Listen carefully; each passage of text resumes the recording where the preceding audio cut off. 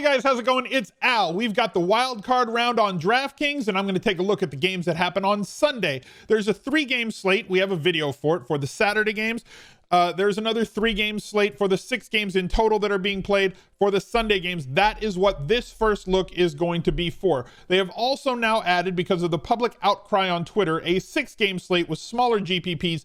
I'll be addressing that one in the Top Stacks video that will come out on Thursday, so look out for that if you are going to be playing the entire weekend slate with the top stacks that I like. And we're going to plug them into the optimizer like we always do to kind of see how that works and everything about that. But this is just going to be focused on the 3-game Sunday slate with Baltimore against Tennessee, Chicago against New Orleans, and Cleveland at Pittsburgh. So if you're playing showdown games, 3 island games, great slate for showdown. They have a millionaire maker on this slate for the 3-game slate, just like they do for the Saturday one as well. So it's going to be a fun weekend of wild card playoff action on DraftKings. Everybody's got a tough matchup now. There's no more soft spots. There's no more Houston. There's no more Detroit. There's no more any bad teams that we can simply stream against. So we've got to find spots where we can get in. We have to be a little bit more anecdotal with things that we think can happen with game scripts and with game flow in order to tell the story that we want with our lineup. So I'm going to take a look at this one and try and break things down from you a little bit more from a tournament perspective while still trying to get good enough volume into this lineup. So if you'd be so kind, drop a like on the video. Thank you guys for watching all 17 weeks of the regular season. We've got a couple of more weeks to go in the playoffs, and we're going to do videos for them continuing, even though it's going to be a little bit less of a content schedule than we've had before. Subscribe to the channel, ring the notifications bell. Every single day, Monday through Friday, we have basketball content from Josh Lloyd from Locked On Basketball Podcast, doing an everyday first look on DraftKings with a game-by-game breakdown for you. So if you're dipping your toes in NBA and trying to get started with that, or if you just want a slate breakdown every single day, that video will be live on the channel Monday through Friday throughout basketball season. I've also put up videos on how to win on NBA DFS playlist, 4 new videos for this year, as well as other videos from previous years to let you know the strategy that you need to know to transition yourself from an NFL fantasy player to an NBA fantasy player, because it's a totally different game, albeit wrapped around salaries and fantasy points, but there's different philosophies, correlations, rules that you want to abide by. So definitely go check out that playlist. Check out that everyday video, the first look that'll be up every day on the site Monday through Friday. It comes out actually like the evening before, so you have plenty of time to watch it. And let's break down this slate for Sunday this week. So DraftKings got a little bit less aggressive with the pricing on some guys, and they stayed very aggressive with Lamar Jackson, who, with the rushing ability that he has, can straight up break this slate, right? He's maybe one of 2 quarterbacks who has a ceiling above 35 points. Him, and I'm going to include Tannehill in that if you wanted to go with Tannehill stacks, to avoid everybody that is going to play the big dog Derrick Henry for what he's done previously to Baltimore, what Tennessee does in terms of game plan from December and January, the previous season, and this season as well. You know that Henry's going to get 25 to 30 touches in this game. We know that he is one of the 3 best big splash running backs in the game. So if you think that this game is going to shoot out and it's going to be Lamar Jackson and Derrick Henry as the 2 big plays in that, you're going to try and cycle in some value around those guys, and rightfully so. And you compare Lamar Jackson with whoever you want, between Hollywood Brown, between Andrews, or if you wanted to get a little bit more frisky with the lower volume guys. That's not the route that I'm going to go this week. Tannehill was on the cover because I think that he is probably the best leverage quarterback that we have. He does have rushing upside, and his price has come down back to where it was before, in that mid-6s. He reached up to 7K last week as a result of his rushing upside. He did have 2 rushing touchdowns against Houston, 28 DraftKings points. He is extremely efficient, and the threat of Derrick Henry is the main thing that makes him as increasingly efficient as he has been. He's been amazing with play action, but most quarterbacks are amazing with play action. You don't even need to establish the run for play action to be very good. Josh Hermsmeyer has done tons of studies on that, but when you have that big dog running the ball that everybody's expecting, not everybody's expecting. I would say that Derrick Henry on every slate throughout the year has the highest percentage chance of getting 150 yards rushing with 2 touchdowns, right? Let's not argue over the semantics of that. I believe, just allow me that he is the most likely running back to have 150 yards and 2 touchdowns on any given week, right? He can do it when it's in a bad matchup. He can do it in a great matchup. So that usually guides people away from Ryan Tannehill and the pass game. So if you wanted to stack or double stack Tannehill, thinking that maybe he gets his 25 touches, does Derrick Henry, does not score a touchdown, and we get what we got this week where they get close and all that defensive action flows towards that play action towards Derrick Henry, and then Tannehill just gets a naked bootleg and gets a free walk into the end zone, and maybe he throws for multiple touchdowns. That gives you 35 fantasy points, leverages you, meaning that everybody that played Derrick Henry does not elevate up the standings, while you do if you have the right pass catchers to go along with Tannehill in the case that he has that big game. I think that he is the best leverage play on this slate, but this slate looks a little bit tighter than the Saturday slate does. Saturday, we could fit in the guys that we want. If you think that New Orleans is going to throw for a lot of touchdowns with the guys that they had on COVID coming back and IR coming back this week, and I think that they're going to be fine for Sunday, but obviously monitor things. If this game was on Saturday, I don't think that the COVID running backs would be back, and Ty Montgomery would have to step into a high volume role, and Draftkings left his price way too low. So if those guys don't clear, then Montgomery's going to be a big value play here. But the drop back passers don't really have that massive upside that the running quarterbacks do, but at least they've priced them way down to allow us a little bit of flexibility. So Mitch Trubisky has a very clear floor, right? We know that he can score 10 to 15 fantasy points. Like, that's well within his wheelhouse. That's well within his locker. So those games, since he has taken back the starting job, have come on days where David Montgomery has run absolutely hog wild. And when you look at the teams that they've played against, like, they're all in the bottom 5 or 6 in teams that have allowed points to opposing running backs and touchdowns to opposing running backs. So like Green Bay, Jacksonville, Minnesota, Houston, Detroit, Green Bay again, were all games where David Montgomery rushed for like a touchdown or multiple touchdowns. Against New Orleans, a little bit of a tougher defense. I think they're going to have to throw the ball a little bit more. I think that he can be more efficient against this New Orleans pass defense. It's a little bit squishier on the middle of the field between the hash marks than it is outside, although he has somebody outside that is a little bit matchup proof in Allen Robinson. I think 5,300 is a little bit too cheap for Trubisky because he does add some value with his legs, albeit he is not a running quarterback. He has the ability to run a little bit. So talked already about Derrick Henry. I'm just plugging him in. Do I need to, like, do we need Derrick Henry analysis at this point? He's really, really good. He's quite talented. He's not going to catch the ball. Right? All of my hopes and dreams and wishes have been dashed that maybe they would scheme one target a quarter for Derrick Henry. 4 targets a game. That's all I want. It's just a peek. Just that's all I want. Just give me a little peek at Derrick Henry in the passing game. Give me 1 target a quarter. A design screenplay. Just run him out in the flat. Just get him the ball in space. No, they're not going to do it. Still doesn't matter. Averaging 23 Draftkings points a week.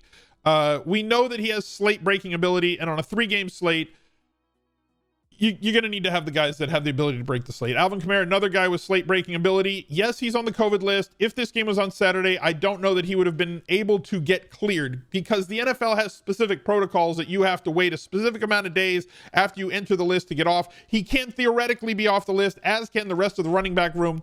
Deal with that as it comes. I expect him to be ready for Sunday's game.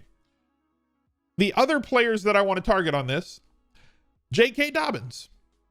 Now, having 2 running backs from the same game is something that I don't normally do, especially not on a main slate. It's very difficult for running backs to get a game script that favors both of them, and these aren't game flow independent running backs in this spot. However, these are both teams that are going to do what they do and try and impose their will on the opponent. And J.K. Dobbins has taken over the lion's share of the work for this team over the last month.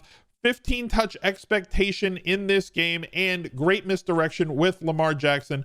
And there just aren't that many guys to go with. And on a 3-game slate, I will say this numerous times. It is totally okay to break the normal rules that we have on an 11 to 15 game slate for a 2 or a 3-game slate. You're going to have to break some of the rules. You're going to have players against an opposing defense.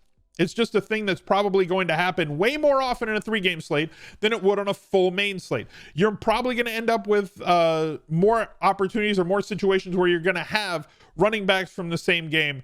And J.K. Dobbins kind of fits this spot. If you wanted to come down, if you wanted to avoid that, go up to Nick Chubb against Pittsburgh, but on the road. James Conner is only 5K, but not getting the volume that he got before. They've become a passing-only team.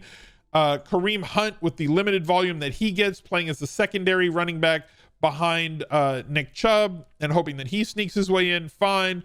Or if the running backs don't get cleared and you want Ty Montgomery, who I think is ridiculously mispriced at 4,100, and I'll tell you why. If the other running backs are back, Ty Montgomery at 4,100 is useless.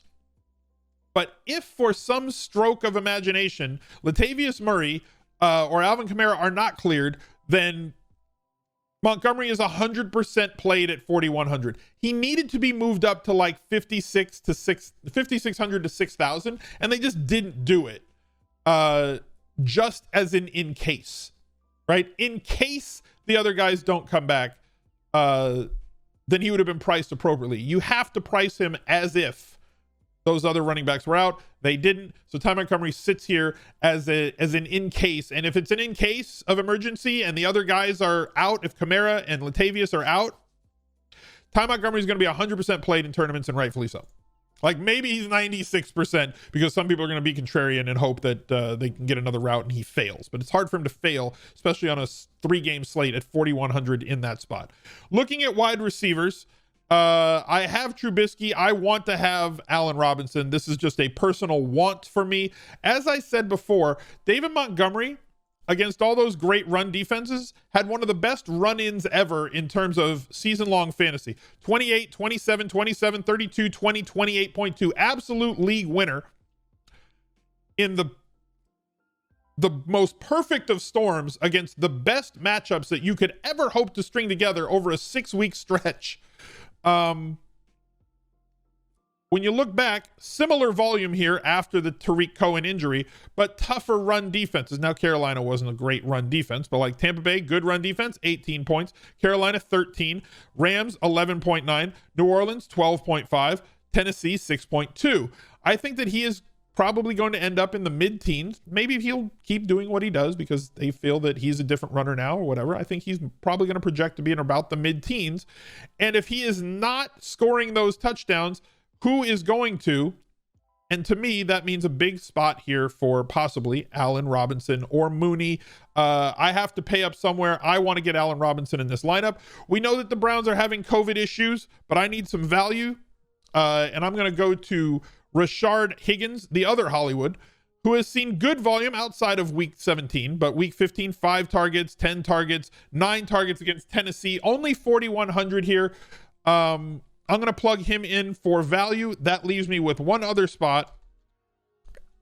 And I think that Michael Thomas is going to be just fine. He's been on IR for 3 weeks with the intent of getting him healthy for the playoffs. They did not want to or need to play him down the stretch, so they chose to put him on IR in week 14, which means he sat out 15, 16, and 17, and now should theoretically be ready to go at 100%. We saw a return to what the old Michael Thomas was over those last 4 games, with only 1 game below double-digit points and 2 games above 22 fantasy points a game. So 6,300 seems like an egregiously low price for one of the top fantasy players in the league, assuming that he is healthy, and I do believe that he is going to be healthy in this spot. Looking at tight end, if you want to go with Mark Andrews, I'm not going to tell you that you can't. Mark Andrews is great, and Tennessee is more of a pass funnel sort of offense than one that gives it up consistently to running backs. So if you wanted to pay for one of those other running backs other than Dobbins and get your exposure to the Ravens and their high team total on this slate with Mark Andrews, I'd be fine with that. I'm personally going to look for volume or for value, and there's 2 guys that I think are cheaper than they should be. One is Jonnu Smith. Yeah, the target's yo-yo, right? He's got 2, he's got 7, that's great. He's got 5, that's fine. 2, that's not great. But we know that he is utilized around the goal line. He has big playability which most tight ends do not have in their locker. he does have that, an absolute freak athlete at the tight end position. So if he gets loose, he does have the possibility of breaking a 50 or a 60-yard touchdown, where most tight ends don't have that ability in their game. And one other guy who has seen a big jump in terms of his snaps, in terms of his routes run per dropback, in terms of his targets per route run, has been Cole Kmet over the last 6 weeks. He is still at 3K because Jimmy Graham, out of the blue, scored 2 touchdowns in week 16. And Cole Kmet has not yet capitalized on all of that new volume that he had. Think about what Logan Thomas was at the beginning of the season when he was running as many routes and playing as many snaps as he was playing. That's what Cole Kmet is right now. And he has yet to cash in. And again, you want to attack New Orleans through the middle of the field. This gives us a good volume for values type play at only 3K, leaving us with 4,500. We're just going to plug in a random defense here, and then that leaves us 6,200. And I want to plug as much volume as I can in this spot. If you want to go with Landry on the Browns, I get it. Good player, good volume. If you want to go with Marquise Brown for the over-the-top type stuff against Tennessee, I get that too. He's been extremely consistent. Something that we have not really been able to say about Marquise Brown over the last, since week 12, 18 points, 14.9, 13 points, 15.8, 12.5, and 21. Not one really big breakout game, even though he had the 2 touchdowns. It was only on 5 catches for 41 yards, an average of 8.2 yards per catch against Cincinnati. That's just weird considering what Marquise Brown is usually utilized as. But for me, Deontay Johnson, basically in games that matter, where he has played with Ben Roethlisberger and finished, he has gotten 10 to 15 targets in every one of those games, regardless of how many he drops, because getting open is a better skill than drops is a negative talent. You can drop balls in the NFL. If you get open, your quarterback's going to throw it to you, and that's what we want, especially with full PPR. Solid touchdown scoring ability with him, with 7 on the year. Massive amount of target upside here, which means that we have the ability to cash in on a 100-yard bonus, as well as a very real possibility of 7+ catches on the day for 6,200. That leaves us with Trubisky, Henry, Dobbins, Robinson, Higgins, Michael Thomas, Cole Kmet, and Deontay Johnson. Wish you the best of luck this weekend. Go check out the NBA content. Look out for another video right there. He's a legend.